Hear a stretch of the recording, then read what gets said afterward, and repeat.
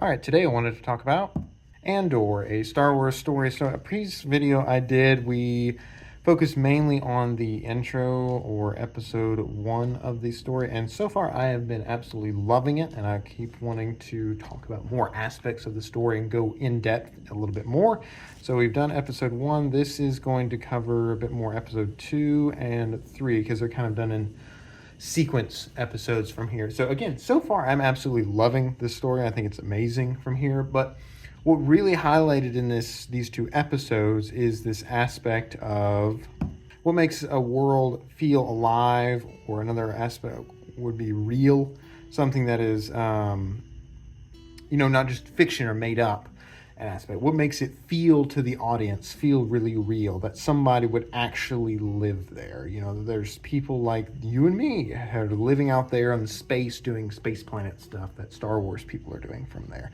And this is a good question because I remember watching Rings of Power is one I've been picking on a lot because I just watched it recently. So Rings of Power, where everything felt really flat. Everything really felt flat.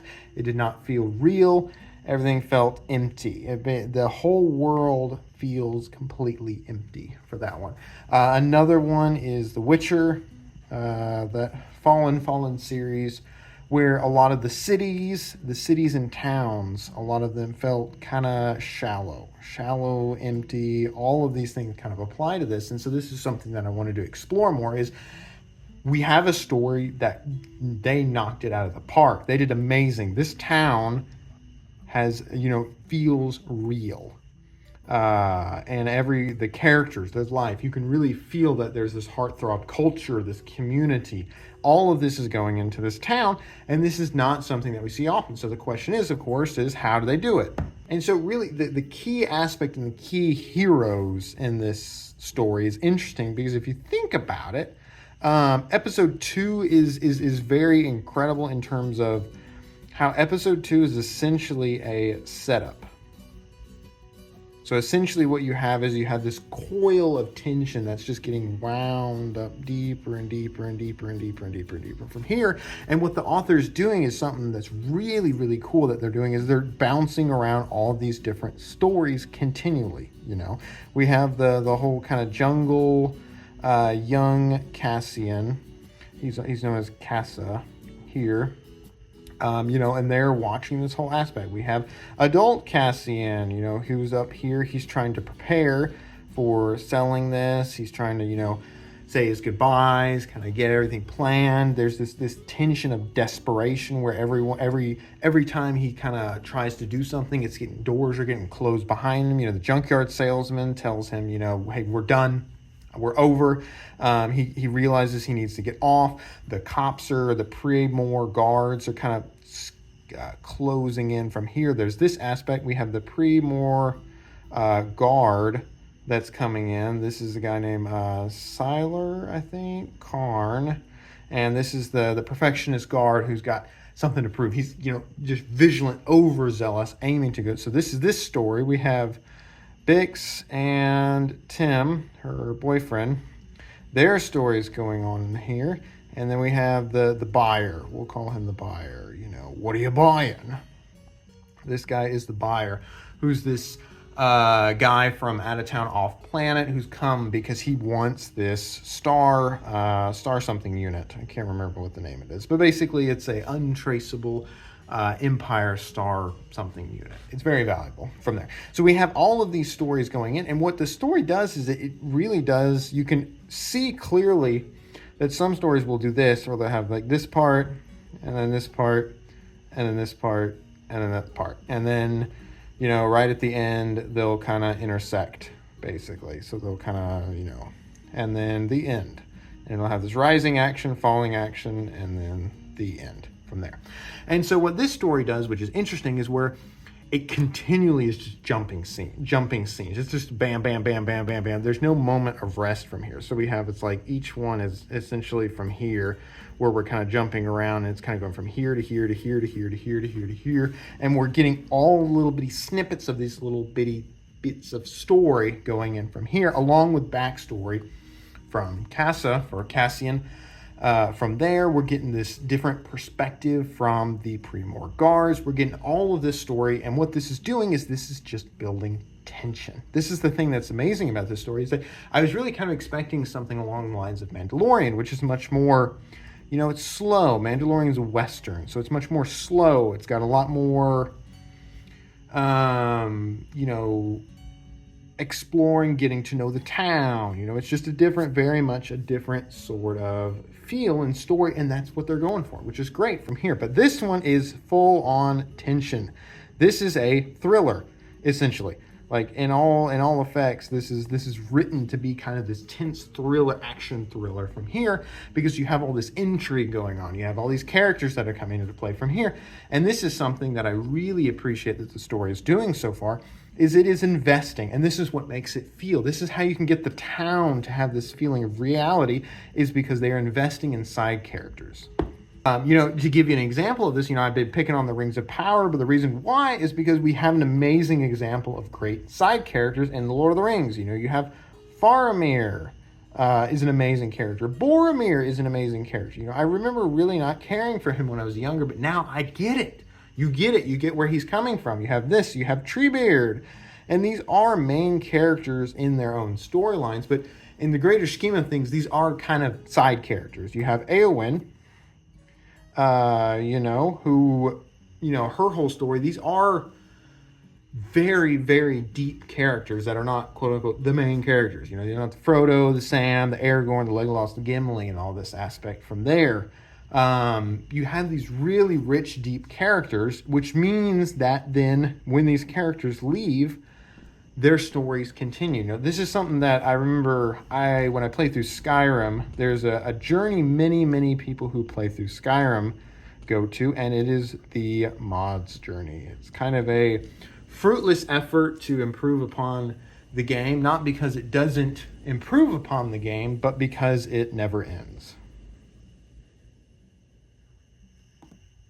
And what you notice is you install a new custom character, so a new custom character in the world, and they would have dialogue lines and everything like that. But very quickly what I would realize is that if you brought a character into the world, they felt weird. They felt, out of place, because they don't interact with some of them do, but most of them didn't interact with anyone else. It basically was just the NPC and the player. And they didn't react to anything else. You talk to them, they'll talk back. It was just very, very completely flat from here. And this is an issue with it. This is the reason why the worlds that you expand upon is your mind is filled with wonder, because you imagine that there are never-ending stories going on in these far-off places. Places that the story doesn't even go to. There are actual other stories. If you could go to the Blue Mountains, to Rhûn or to Harad or any of these other places in Lord of the Rings, that there are stories there, because the world feels so real from there. And this is what the side characters do so well in this one from here. And it doesn't take a lot from here. This doesn't take it. I talked about there's the Cassian's mining buddy, who by all accounts just seems to be a great guy. I don't really know much about him, but he's a great guy. He's smart. He understands. Cassian asks him, he comes up to him and says, "Hey, we were drinking last night." He needs an alibi. And he's doing all of this. And it turns out that alibi never even comes up. It's never even that. But he's prepping. Cassian's prepping. This is, a good aspect for his character from here. But the mining buddy, he's just a great guy. And he's a good character. He's competent, but he feels real. He feels like, he's a good friend. From there, we have another character, and this is that Tim. And Tim, I was getting ready to dislike him because he's kind of set up as typically, I haven't actually seen Rogue One, so I don't know if there's a romantic relationship between Bix and Cassian or anything like that, or if it's more like a brother and sister, which it really starts off kind of seems like a brother and sister relationship sort of deal.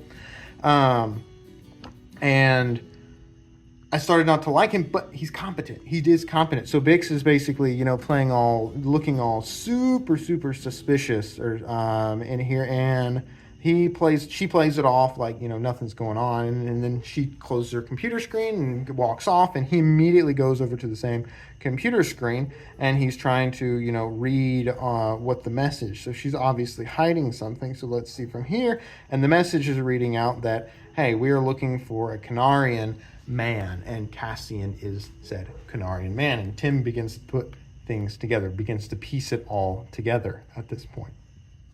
And then later we find from the Praemor guard points that they got a tip, an unknown tip, that said that this guy is the Canarian. And we begin to put two and two together. But again, the story trusts the audience to be intelligent.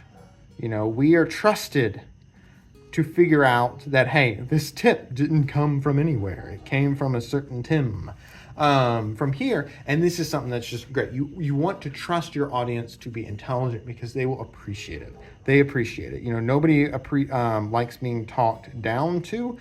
Kids don't like to be talked to like kids. They like to be talked to like people from there. You don't talk down to them. You don't belittle them or anything like that. You talk to them.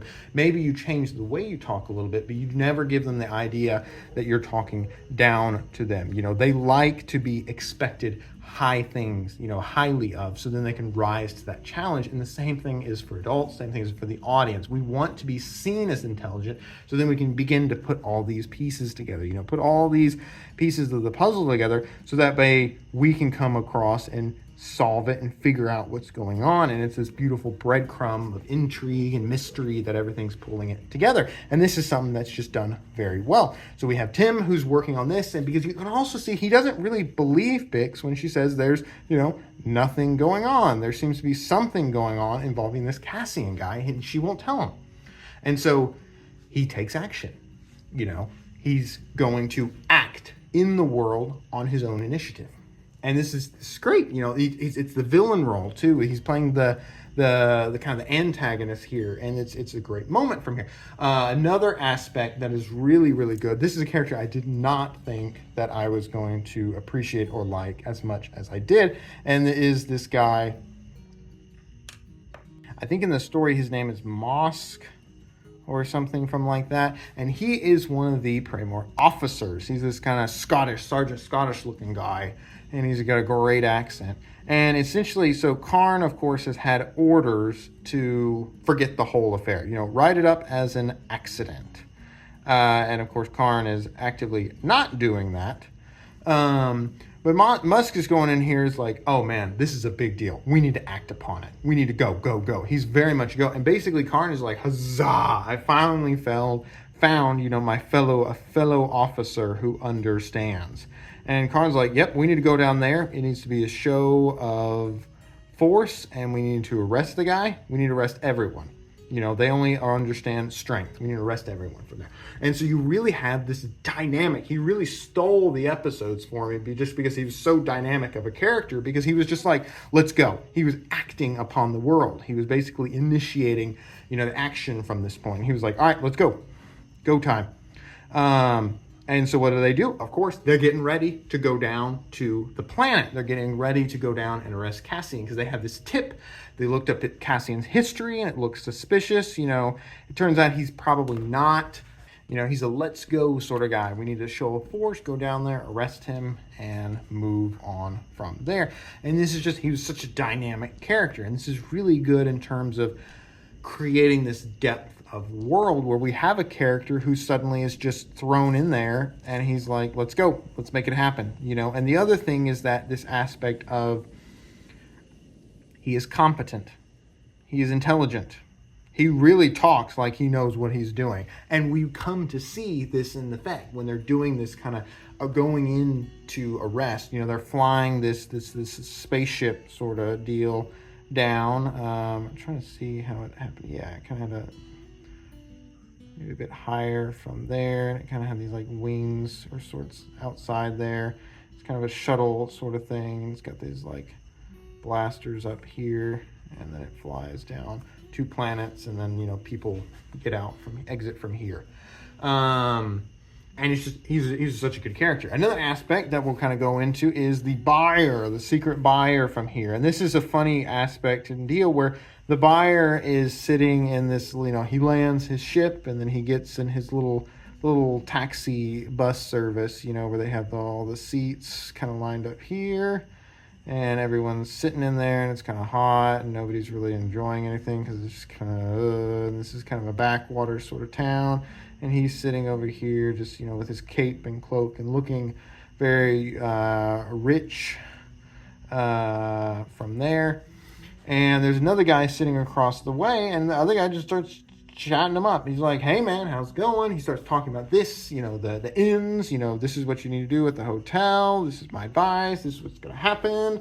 You know, you have all of this aspects that's going on for the characters, but it's not even the quote unquote, you know, the correct character who is doing the talking. It's just this random side character, and then they get off the bus, and then he leaves, and maybe forever. We don't know if we'll ever see him again. It's just this, it's a great moment where you take this building of tension, because again, the amazing thing about this that I really love is episode 2 is just a setup, but like it's just moving pieces, which if you can keep the audience interested, it makes it all the better, because it's one of this kind of thing. It's the idea of, you know, the story. You want the story to go up here and slowly build up, and then it has, you know, the denouement, the rise in action, you know, this point from here, as opposed to boom, boom. You know, this is episode 2 is doing this, and then episode 3 can do this. And this is what makes it feel so much more satisfying, so much more, you know, the build up. He also gives us time to make the world feel real, so that episode 3 can really take it to the next level. And so we have all these characters in effect that are coming into here, and you have this whole aspect begin playing out. And then as we get into episode 2, you know, Cassian is still saying goodbye. He's saying goodbye to Marva, I think her name is. She's kind of like the aunt character who you get, he's taken care of, and they're obviously not blood related, but means a lot to him from there. And he says goodbye to his mining buddy over here, and he's preparing to leave. He goes, and there's a great scene between Cassian and this kind of, I don't know, shipping guy or transportation guy, and the shipping transportation guy is having an argument with his side buddy of some sort. And they're like, hey, do you know what a Canarian is? Anyone from Canary is? And he's like, nope. Although in his head, you know, he's like, that's me. But he's keeping hush-hush about that, of course. And it's just, they're doing a really good job, because it's interesting trick that they're kind of doing where they're taking side characters. So normally you'll have the main character, and then they'll have their point of view looking out at other characters. You know, you'll have this, and this is the side character over here, and then this is their point of view. But what this story is doing is you have the, I don't know, auxiliary characters, the side characters or something like that, some sort of minor character, subsidiary. I keep trying to think of another word that doesn't mess up my acronyms, but let's just say an adjunct character from here. So let's go with that. And they're looking in on the side characters. That's the perspective is coming from these side characters looking at our main characters. And it really does this cool effect of, you know, it's the same thing from the Dumbledore effect. With the more you know about the Dumbledore, the more you see his weaknesses. So you're having, the less you show of him, the more powerful he'll seem. And so you have this aspect where you get to see what the characters look like from other point of views. And if they're intelligent and smart, it really builds them up. And it's just really, really cool effect from here. And so what we're all building towards is we have, you know, this Marva character who's built up. We have the miner buddy over here. We have the buyer over here. We have Bix and Tim, who are, you know, she can't sleep, and she goes over to Tim, and he can't sleep because, you know, he likely, you know, betrays Cassian. She can't sleep because there's this deal going on, and it's just this building tension kind of going over and into itself. This building tension, and this is what builds us to the initial fight, the showdown moment. And this is where we really see kind of all the different, the plot lines kind of emerge. You know, Cassian goes to meet the buyer who's, you know, after this whole thing, and he's going to meet the buyer in, an isolated factory, place from here. And then over here we have the Praymore guards. We have, was it Mosk, the Irish go get 'em fella. And then Karn, kind of more stiff-lipped. And we do see, at the same point, this is kind of the thing that I think some writers don't really get, is they think that if they have weakness in their villains, it will seem less tense. The villains must be perfect. And this is something that I really dislike. And this is one aspect that I love about this show that they've done so far, is the villains, the antagonist, in let's see, I don't know how to spell anything now. The antagonists, we'll just call them the A's. The A's, they make mistakes. They're human, and all this does is make it feel real. Karn starts to connect the dots that, hey, this Moss guy actually knows way more about stuff than me.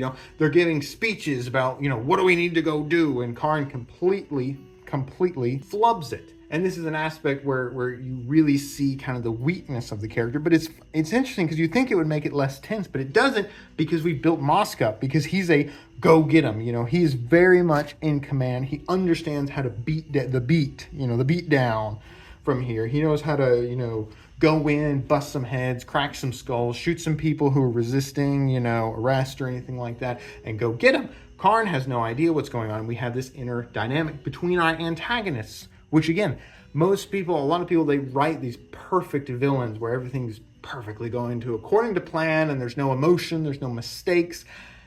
That's not how it is.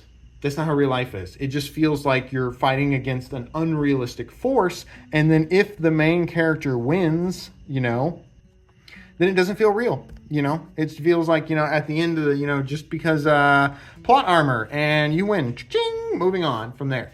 And so this is a really cool aspect that we have into play. So their Praymore guards are moving into the town, and they're splitting up into 3 different groups.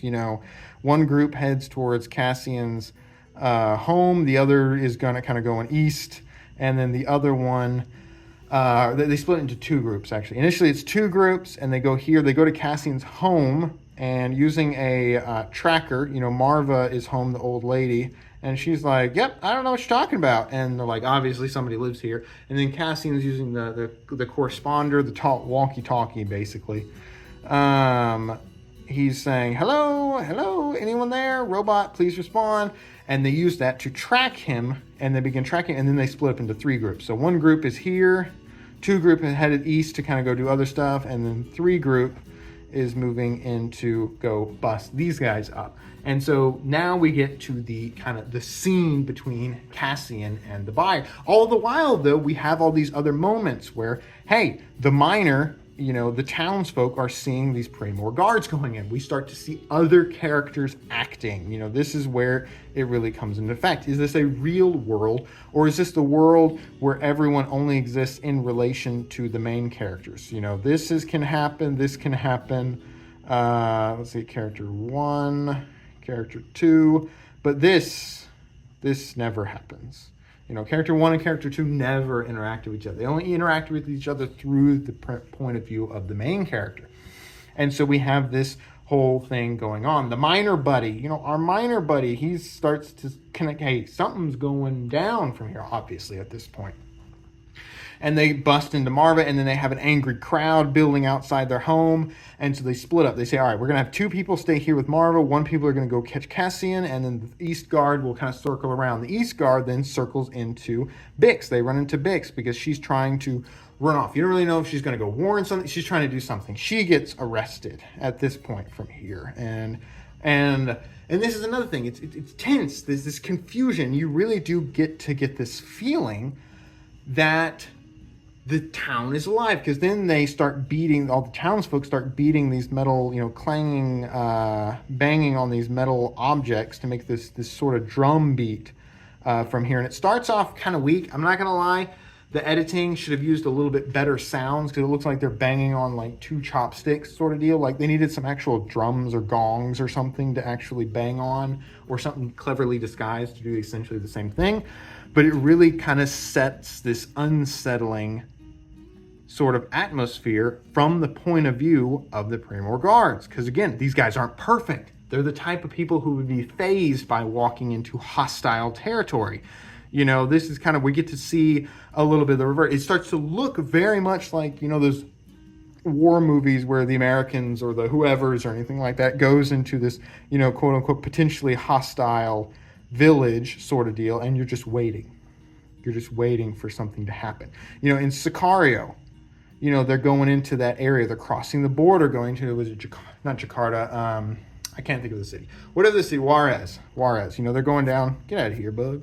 They're going to Juarez, and this tense moment where they're just sitting there on the cars and they're looking out the doors. You know, and there's these people in you know, just sitting in cars, and you're just like, what's going on? And you're just waiting. You're just waiting for something to happen. And then, you know, somebody pops out, a bunch of guys pop out with AK-47s. They shoot a whole bunch of them, and they're like, stay back, and then move on. And then it goes in from there. You get this idea of there's this hostile environment. And what the story does that's so cool is it creates typically the reverse of this. Because again, we're looking from the point of view of these guys. And we're seeing them go in, but they're the bad guys. So this is kind of flips it on its head from this aspect that's really, really cool to see come into play. And from there, then we get to see the buyer and Cassian kind of from their perspective. And the buyer immediately kind of flips the script. We have a twist of sort, because the buyer is like, listen, I'm not really interested in this star or something unit. I'm interested in you. And we, the audience, who are familiar with the Star Wars universe or anything like that, we kind of understand, oh, this guy is part of the rebellion. And he's trying to recruit him from it, because he's like, how did you get this item? And Cassian's like, I'm not going to tell you how I got it, just buy it. And he's like, I need to get the credits and I need to get out of here. He doesn't say that, obviously, because he's trying to play it, you know, all spy, all low key from there. But the guy insists. He's like, I'll give you 1,000 extra credits. He's like, okay, fine. And so he tells him, he's like, I just kind of walked in there. He's like, they're so arrogant. They don't even imagine that anyone would stand against them. Just the arrogance and stuff like that, which is not really, it works from there. And you want to know more. You want to know more how he got this thing. And then this is where the guy's like, listen, I want you, come join us. Man, I need your skills. This is amazing. We need you to come work for me. And Cassian's like, of course not. I'm not going to trust you. I don't know you. Nothing like that. You know, all this stuff. But of course we know he's going to go for it. And we're like, hooray, because we have this awesome character of the buyer who's built up this aura and mystique. And we like Cassian. And then the buyer shows up and goes, hey, you're awesome. I want to hire you. And we're immediately like, okay, we like the buyer now. We just instantly like him because he likes our guy. Because Cassian's our guy. Because he's intelligent and cool and competent and all this other stuff that we can see that has been clearly built up. We like him. You know, we're sold at this point from here. And so this is a great moment. And then the guards show up and he's like, oh, you were followed. They tracked you using the space walkie-talkie, whatever it's called, from there. And then they begin to have this shootout from there. And they start to escape. And the whole scene, the shootout scene is great because they have a bunch of things going on at once. You have the whole shootout. You know, they're in this little factory sort of deal. You have this shootout in this inside factory where there's all this metal stuff, and the guards are over here. The Primor guards are over here, and then there's an explosion because the buyer, who's got this giant cloak thing, is like, always planning your exits. You know, he's Skarsgård or whatever his name is, and he's got such a good, cool voice. Always plan your exits. You know, rule number 2 from there. And so they're going that, and they're trying to shoot their way out, and there's just all this cool stuff because there's the shootout going on. Cassian's trying to get the unit. Which is like stuck right here, and the buyer's like, just screw that. I need you. Let's get out of here. Let's not die. And then they got falling stuff from the ceiling. They start shooting, and all these like giant metal husks, chain things start falling from the ceiling. And then they're trying to escape. You have all this dynamics going on, and it's such a cool moment. And then they start breaking out. So they get away, they escape. And then over here, zoom, you know, again, we're going back to this whole aspect of this story. You're getting all these snippets. We go back to Bix. She's been arrested. She's kind of getting beaten up because she's trying to resist. And then Tim shows up. From here. And then she realizes that, oh, you're the one who betrayed him. And Tim rushes in to try and help Bix. And the guards are like, you need to stay out. And he doesn't listen. And then they shoot him. And he is now dead. And this is a great aspect where, again, this is kind of similar. I talked in a previous video about, you know, the raid. This is kind of how they built this tension up where you have 10 guys are going into hostile territory, this whole idea. And then one of the guys is not necessarily a great guy, and he's got an easy trigger finger, this whole aspect, and he shoots somebody. And then now this hostile situation just went up a notch, like 12 notches or something like that. Whatever notches a dead guy equals. And it just builds. But again, we kind of get the reverse point of view from this hostile situation. And it's just really cool. So far, this is not something we've seen. And we all the time are getting this banging drums, bang, bang, bang, bang, bang, bang, bang, bang, bang, bang. And then Marva's sitting there talking to them like, you better watch out. You better watch out. Wait for it to end. And it starts spooking these guys. Because this is really creepy. This is the thing. This town feels like we've basically kicked a, swarm of bees, this whole thing. Because all these characters have their own agency. They are able to act upon the world independent of the main character. They can just go and do this to each other. And so what happens then is when the pilot gets ready to just book it and he tries to leave in that spaceship, and then it turns out somebody tied the spaceship to a giant, hunk of debris. So when the spaceship tries to fly off, it immediately can't, and then, crashes, and then explosion. From here, and we can really see this whole thing is coming apart for these guys. And it's not because they're bad, even though they make mistakes, it just feels real. The odds are stacked against them. And then Cassian and them break into back into his house, and he's got Karn at gunpoint, and he doesn't kill him but ties him up. And they're getting ready to select a speeder. So they select this giant speeder, and all before then, Mosk, because he's very intelligent, has set up this ambush point. So you have all these guards, you have maybe the speeder garage over here or something, and all these guards are on top of, roofs over here with, guns pointed over. They're in doors that are, cocked open, and they're kind of pointing their guns out, something like that. They're at all these different junction points setting up for an ambush, because they don't really know where he's coming from, but they know he's got to come through this lane. From here, and they send this speeder down, and they start shooting the speeder to pieces, and it explodes, and they get it, and they're like, haha. And then it explodes and kills like 2 more of them. And then Cassian and the buyer jump on another one of those like long boy speeders, and then zoom, zoom, they out. And it's just this great crescendo of all this action where Cassian once again has outsmarted everybody. He's outsmarted the audience. We didn't realize it. And then Karn, of course, begins to see everything crumbling, and Mosk is calling in for backup because, hey, we got dead people. We got dead officers. This is an absolute disaster.